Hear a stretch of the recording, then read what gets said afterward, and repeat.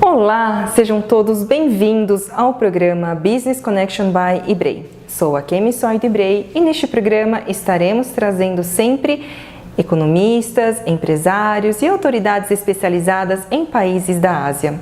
Você vai conhecer também o panorama geral sobre os países asiáticos e suas relações bilaterais com o Brasil, vislumbrar novas possibilidades de negócios entre o Brasil e a Ásia e também ficar por dentro das dicas de etiqueta no mundo dos negócios nos países asiáticos.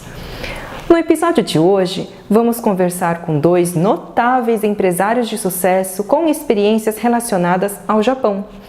E para começarmos, pense numa profissional, mulher, poderosa, com vasta experiência no mercado internacional, com foco no marketing, uma palestrante profissional que dividiu o palco com nomes como Ford Francis Coppola, premiada pela Presidência da República e pelo Ministro das Relações Exteriores do Japão e do Brasil. Uma mulher fenomenal, Angela Tamiko Hirata. Agora, se você gosta de gastronomia assim como eu, com certeza você já ouviu ou conhece um dos restaurantes do grupo Gastronomia MF, pois 5 dos restaurantes do grupo, 3 deles já receberam estrelas Michelin. Ficou curioso? Vou falar o nome dos restaurantes e me digam depois. Começando com a gastronomia japonesa, com certeza você já escutou falar no estrelado Kinoshita, ou talvez no Kura Izakaya, ou em italiano, Panetteria Attimino, ou Attimo per Quattro, talvez a Mercearia do Francês, ou, se você gosta de hambúrguer, o Trad Hamburgueria. E a pessoa por trás do sucesso de todos esses restaurantes é o empresário Marcelo Fernandes. Ângela e Marcelo, muita satisfação em tê-los aqui conosco. Muito obrigada pela presença de vocês. Boa tarde. Boa tarde, mas é justamente isso. Primeiro, em respeito à minha querida e tão especial Angela Hirata, acho que é ela que tem que falar primeiro, né? Tudo bem, Angela, querida? Super vencedora, super realmente posicionada e sempre ela traz para a gente grandes oportunidades e experiências de aprendizado. Prazer estar dividindo aqui com você, Angela. Um beijo grande. Fala você primeiro, que depois eu falo. Marcelo, é um prazer estar contigo, viu? Você realmente que não tem um pingo de gota de sangue japonês e você faz uma culinária japonesa ser reconhecido no Brasil da forma que você apresenta.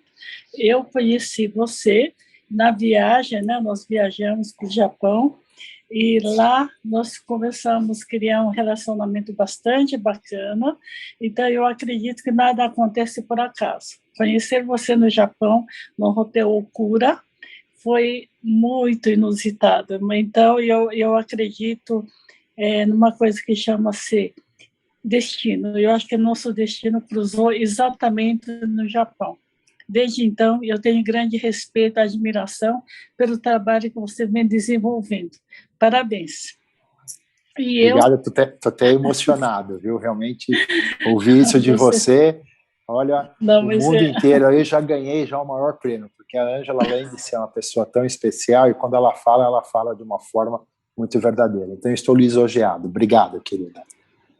Com prazer, você realmente é um grande amigo meu, te considero. Agora, eu nasci filha de japonês, mas eu sou totalmente brasileira. Eu nunca me esqueço quando uma pessoa me perguntou: você é brasileira ou japonesa? Eu falei: por quê? Eu sou brasileira. Se um jogo de futebol acontecer, Brasil e Japão, para quem que você torce? Foi claro que para o Brasil. Eu não sou japonesa, sou filha de, mas eu sou, acima de tudo, brasileira. Eu amo essa pátria. Agradeço muito, muito meus antepassados de ter vindo para esse país e ter nascido brasileira. Então, eu carrego essa bandeira de brasilidade e a Havaiana foi exatamente isso. Eu queria fazer com que um produto brasileiro para consumo para pessoas, não é B2B, B2C. Eu sempre pensei, por seguinte razão. Meu pai tinha fazendas e tinha cafezal. Ele exportava café em saca, vale quanto pesa, para um país que eu não sabia onde ia. Eu nunca me esqueço disso, papai, para onde você está vendendo? Eu estou vendendo para a empresa brasileira de café e eles mandam para outro país. Mas precisa saber onde é que você está vendendo. Desde aquele momento, eu estava terminando o ginásio, na época tinha ginásio. Eu não me conformei, eu sempre coloquei uma coisa muito firme. Quero fazer com que o Brasil seja reconhecido, mas não no povo, não no B2B, mas B2C. E aí, a Havaiana veio parar na minha mão, porque sabia que eu tinha essa fixação. E o que eu fiz? Não foi Havaiana, eles queriam que seja topper, mas eu escolhi Havaianas porque era sandália de dedo, não tinha marca no mercado reconhecida no mundo. Fui muito contra o Conselho da Alpargata, mas resolveu fazer da Havaianas. Não é ter custar mais barato, custar mais caro, é percepção do valor do produto. Fazer com que o produto tenha percepção de valor. É isso que eu fiz. Eu fui para o mundo.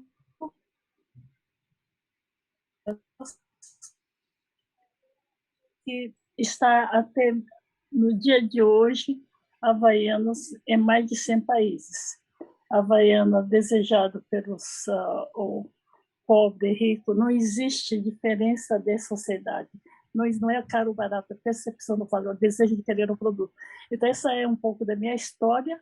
Depois, eu fiz um trabalho de reestruturar, reinventar, recriar o World Trade Center, em São Paulo. Em seguida, veio a Japan House, aí trazer o Japão contemporâneo para mostrar o Japão contemporâneo. E hoje eu tenho um trabalho para a Sumitomo Corporation. Eu estou como advisor do Conselho do Sumitomo Corporation para todas as Américas e também contrato bastante interessante com a ONU dos Estados Unidos e trabalhar a cidade sustentável no Brasil. Então, essa é uma rápida história minha. Hoje, Ângela querendo fazer cada vez mais o Brasil ser reconhecido e valorizado. Obrigada, Ângela, pelas suas palavras.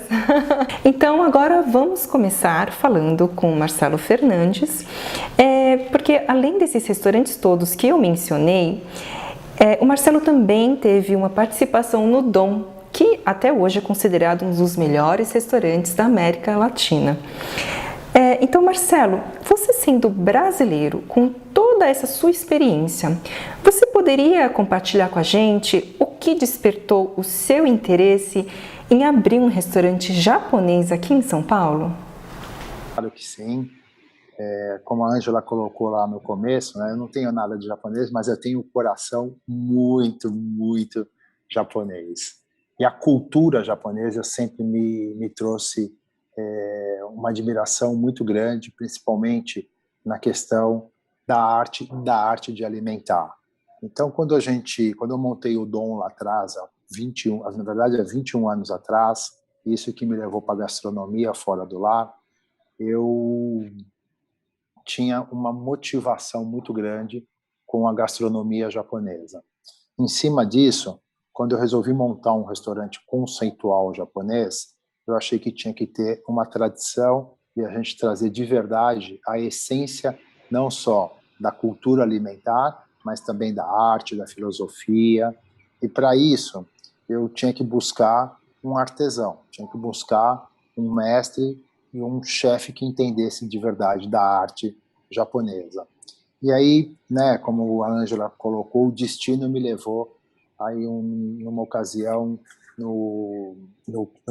na Liberdade jantar, e aí o Murakami, né, que foi meu ex-sócio, ele estava num dia um pouco mais triste. Quem conhece o Murakami sabe que para ele não tem tempo ruim, não tem tristeza. E aquele dia eu percebi, e eles estavam fechando o restaurante lá na Liberdade, e aí eu falei, vamos fazer um projeto novo, um projeto pequeno ou grande, mas que tenha bastante raízes, que tenha bastante alma, que tenha a cultura japonesa.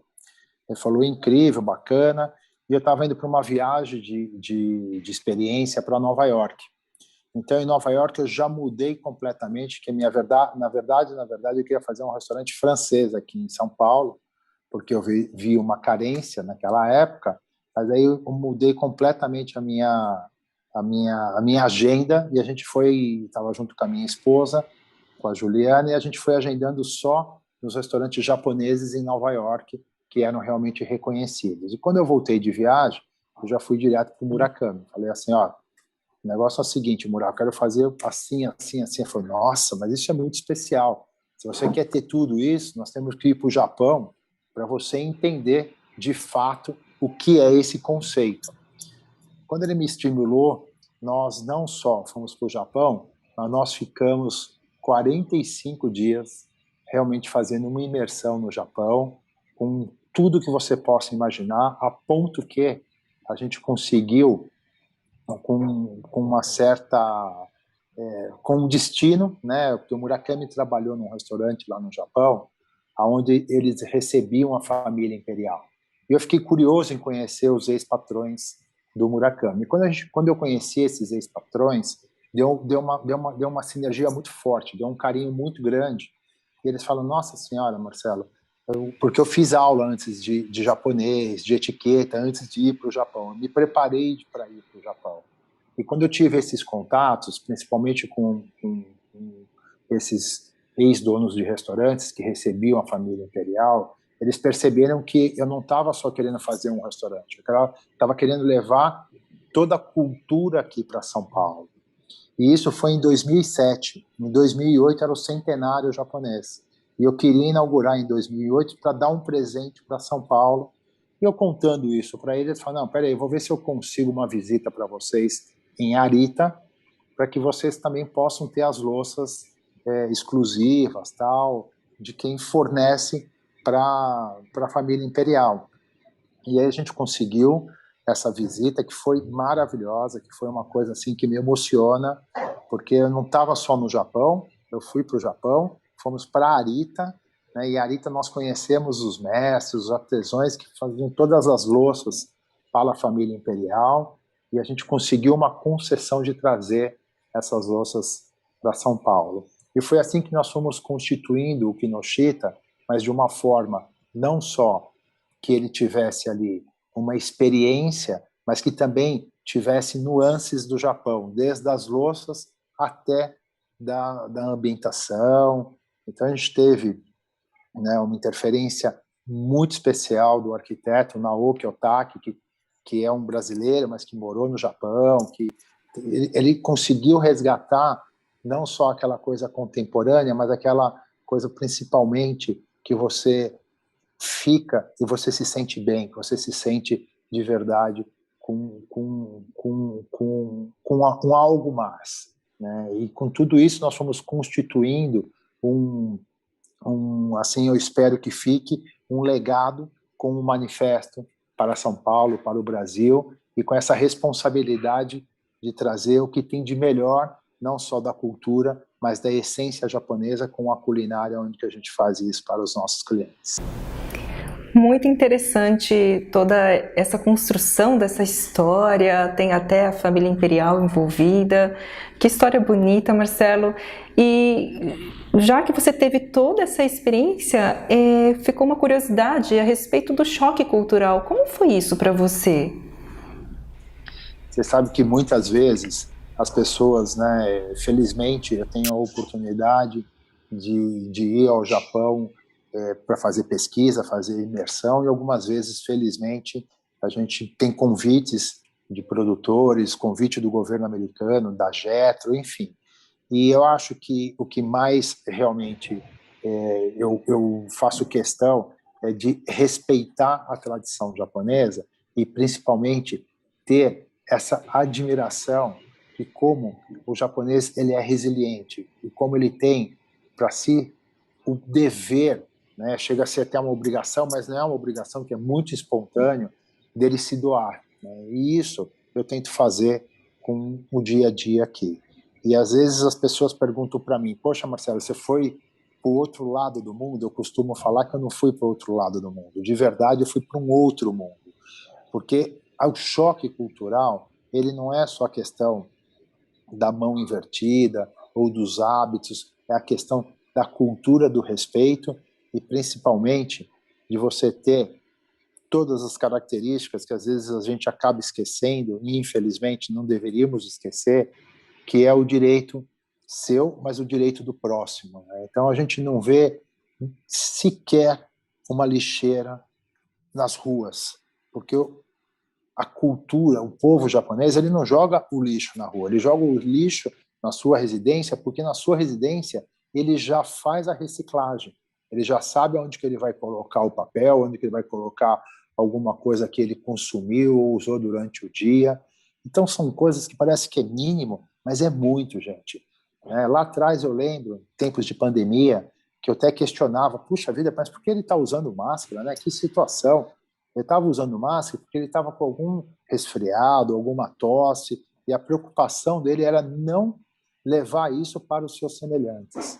Então, para mim, não é um choque, é um aprendizado constante que eu tenho no Japão, e que isso me enriquece, isso me traz, me fortalece, e eu quero que essa cultura seja realmente, né, para você ter uma ideia, eu fiz questão de levar os meus filhos, eu tenho 2 filhos, fiz questão de levar eles para o Japão para entender toda essa cultura, essas nuances do respeito, e principalmente, né, eu nunca me esqueço, a gente estava num ônibus e tinha duas crianças que estavam saindo da escola, né, mais ou menos menores na idade dos meus filhos, independentes. E quando o irmão mais velho desceu, esperou o irmão mais novo descer, o ônibus esperou ele atravessar a rua, acompanhou para ver se ele estava indo.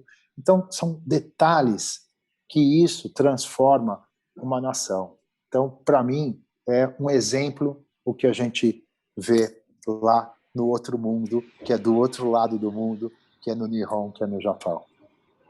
Muito Desculpa se eu falo muito, é que eu me empolgo, me emociono, e aí vou contando as histórias. Né? Imagina, que isso, muito obrigada por compartilhar isso, e é muito interessante até o seu ponto de vista, né? Eu também acredito que todos nós podemos sempre estar aprendendo com novas culturas, né? Então, mais do que a sua colocação foi muito interessante, mais do que um choque, pode sempre ser um aprendizado.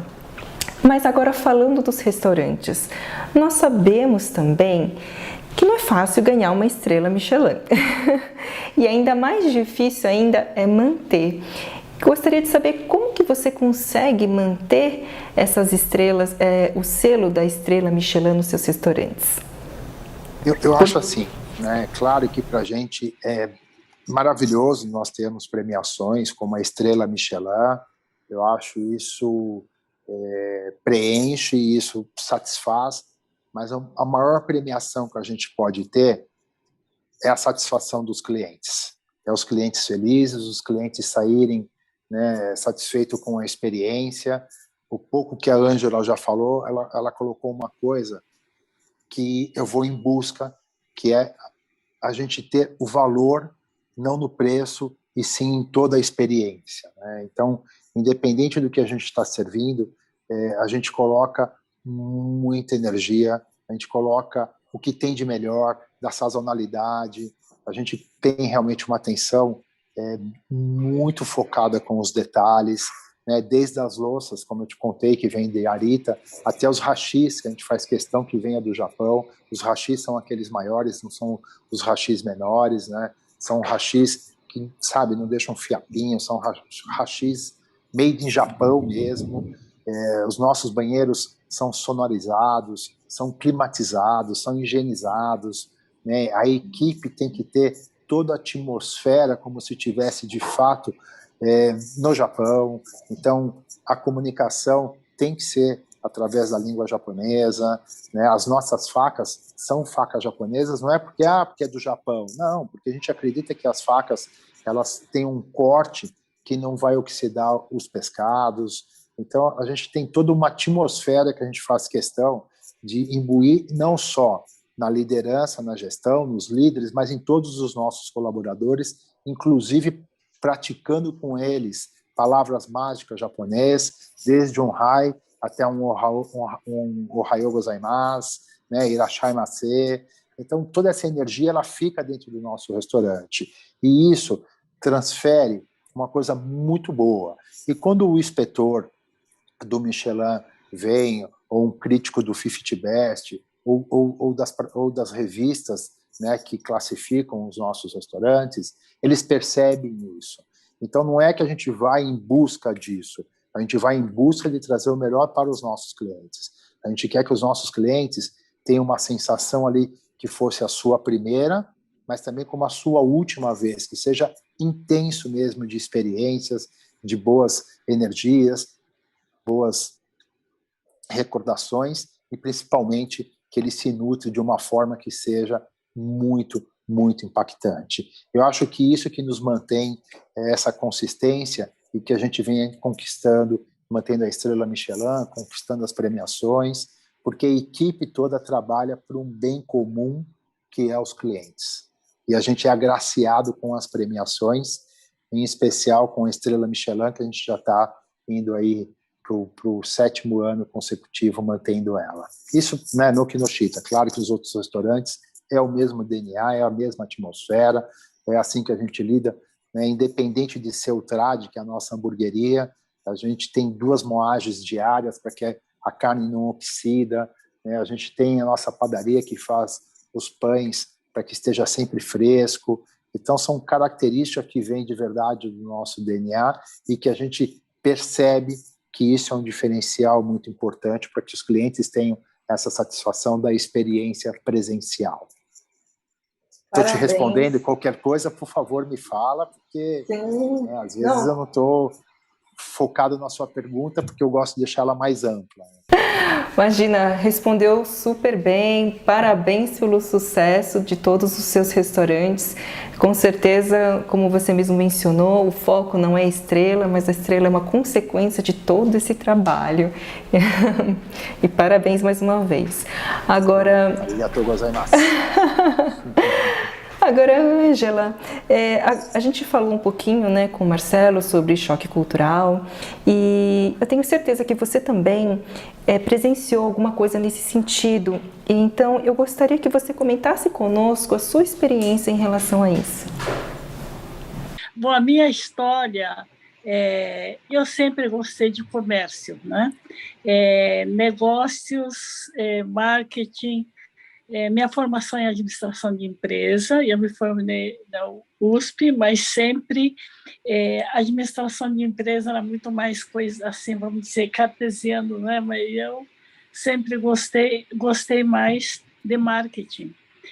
E a Alpargatas me deu essa oportunidade quando eles me contrataram, uma empresa centenária com a primeira mulher, né? E eu, quando eles pediram para levar a Topper, eu olhei para o Topper, eu olhei para outros produtos esportivos da Alpargata, vi que não tinha como brigar no bom sentido, com Nike e Adidas. Eu disse que eu não conseguiria fazer, porque não tinham performance para concorrer com Nike e Adidas. Aí, quando escolhi Havaianas, eles ficaram horrorizados. Falaram assim, isso daí você não vai levar essa sandália de borracha? Eu falei, porque borracha é expandível, não é plástico.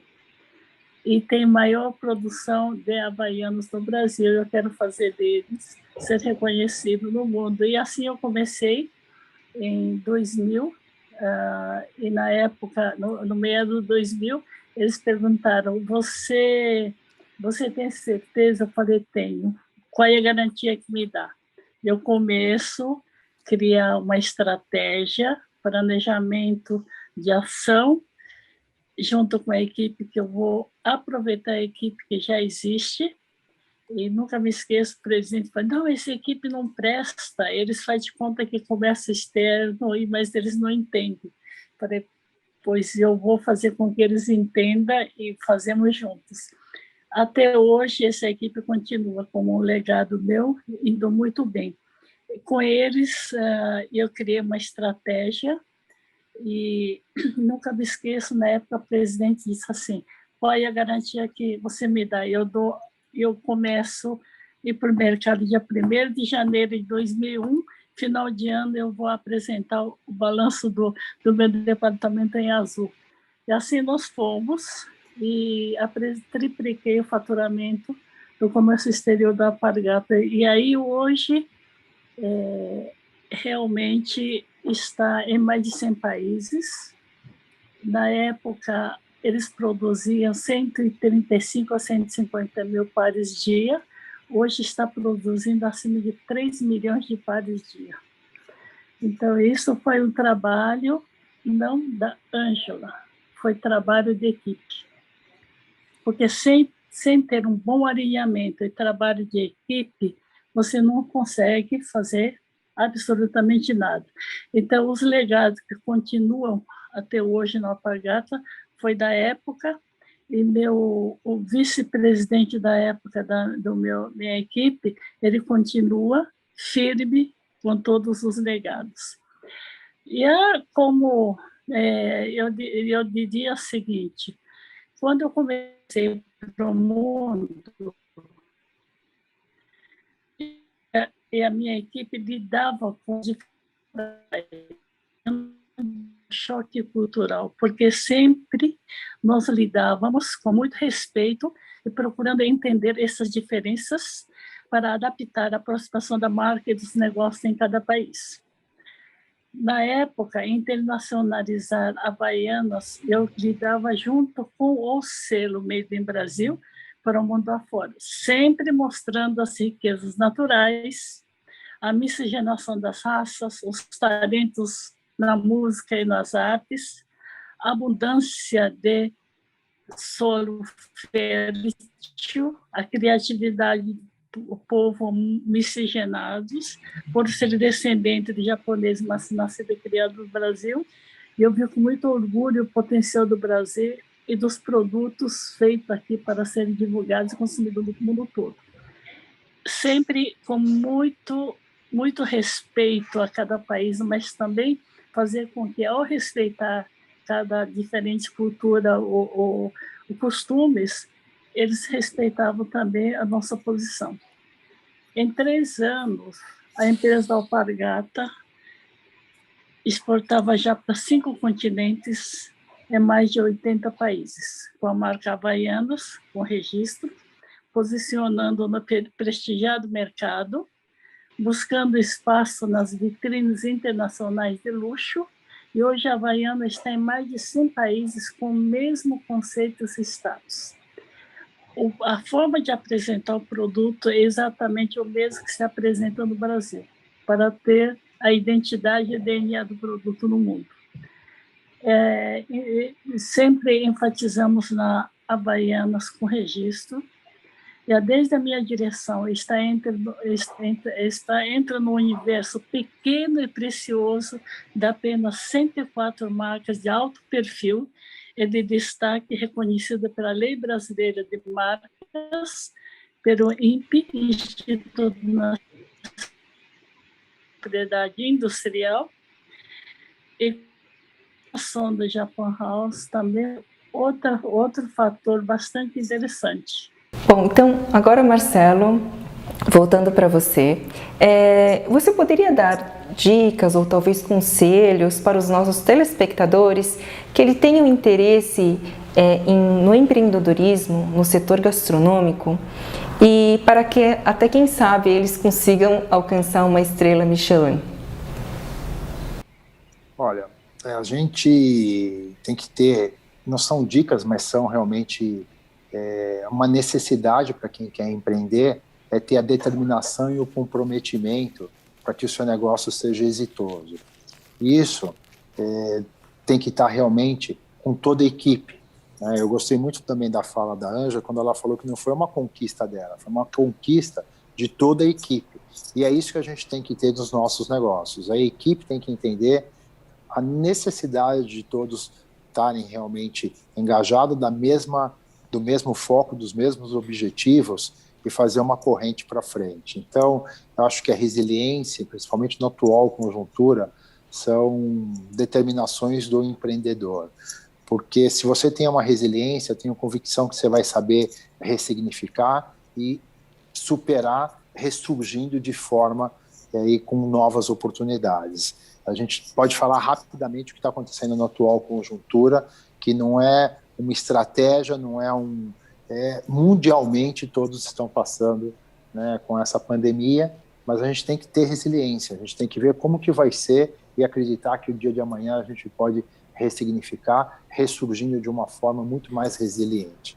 Então, a mensagem que eu quero deixar para todos aqueles que estão nos acompanhando é que é fundamental para você ter uma persistência no seu negócio, ou quem quer empreender ou começar a empreender, para buscar um objetivo maior, é a sua dedicação, o seu comprometimento e transferindo o seu conhecimento, o seu DNA para toda a equipe, para que todos estejam com uma determinação de fazer muito bem feito o que já está fazendo.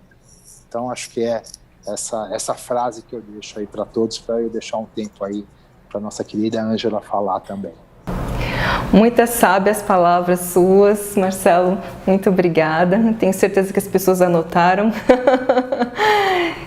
Muito válidas, com certeza. Então, agora, Ângela, eu queria que você falasse um pouquinho, devido a toda essa sua bagagem profissional, que você também deixasse um recado, uma mensagem para as mulheres empreendedoras e também falasse um pouquinho do prêmio que você ganhou nos Estados Unidos em 2014, o Enterprising Woman, que reconhece as mulheres empreendedoras mais influentes no mundo. Parabéns, Marcelo. Admiração total em você, viu? Bom, a minha dica para as mulheres empreendedoras, com as competências que possuem, sejam elas mesmas. E acreditar nos seus negócios, sigam em frente sem medo. E se encontrar dificuldade, não focar nunca na dificuldade, mas sim utilizá-la a transformar um degrau para o crescimento e superação. Sobre a conquista do prêmio Enterprise Woman em 2014, que reconhece as mulheres empreendedoras mais em frente do mundo, o evento de premiação ocorreu na cidade de Sarasota, no estado da Flórida, Estados Unidos. Foi para mim uma condição grande e não acreditei, mas tive a clara consciência de que todos nós temos a condição e a oportunidade de conseguir a sua equipe e juntos executar os trabalhos de uma maneira muito objetiva e clara para alcançar os resultados planejados para a sustentabilidade da empresa. Como principais homenagens, prêmios recebidos, em 2008, recebi a honra ao mérito da Presidência da República Brasileira em reconhecimento à contribuição para a melhoria das relações entre o Brasil e o Japão. Em 2014, Prêmio Mulheres Empreendedoras Enterprise, uma que eu acabei de falar, né? Em 2017, foi premiado com a Comenda Barão do Rio Branco, concedida pelo Ministério das Relações Exteriores do Brasil, reconhecimento à bem-sucedida carreira no mercado internacional. A insígnia de Ordem de Barão do Rio Branco é uma cruz branca esmaltada de 4 braços e 8 pontas com círculo de esmalte azul com a legenda Unique Petri Memory, do mesmo metal, no reverso dourado as 2 datas, 1945 e 1912. Foi premiado também no Ministério das Relações Exteriores do Japão, prêmio de mérito por estabelecer em tempo recorde, com uma audiência 10 vezes maior do que esperado pelo Ministério do Japão, a Japan House, durante o primeiro ano de abertura. Agora recebi também uma possibilidade de ser presidente de honra de um país que eu não posso divulgar, mas é um país da Europa, mas eu ainda não posso revelar, mas logo mas é uma... Obrigada. Meu Deus, quantos prêmios, Ângela, parabéns. Nada como escutar aqui dois experts fantásticos, empresários de muito sucesso. Escutar especialistas como vocês é uma grande honra. Muito obrigada mais uma vez pela participação, Marcelo Fernandes e Ângela Hirata. E espero que todos tenham gostado desse conteúdo que nós trouxemos hoje. Hoje falamos um pouco sobre experiências de negócios com o Japão e eu espero que você tenha gostado do nosso programa e do nosso conteúdo. Se você quiser saber mais sobre algum país asiático em particular, nos escreva e interaja conosco via nossas redes sociais. Se você ainda não nos segue, convido você a nos seguir no Instagram e compartilhe com seus amigos e ajude-nos também a divulgar a cultura asiática no mundo dos negócios. Nos vemos na semana que vem. Até lá!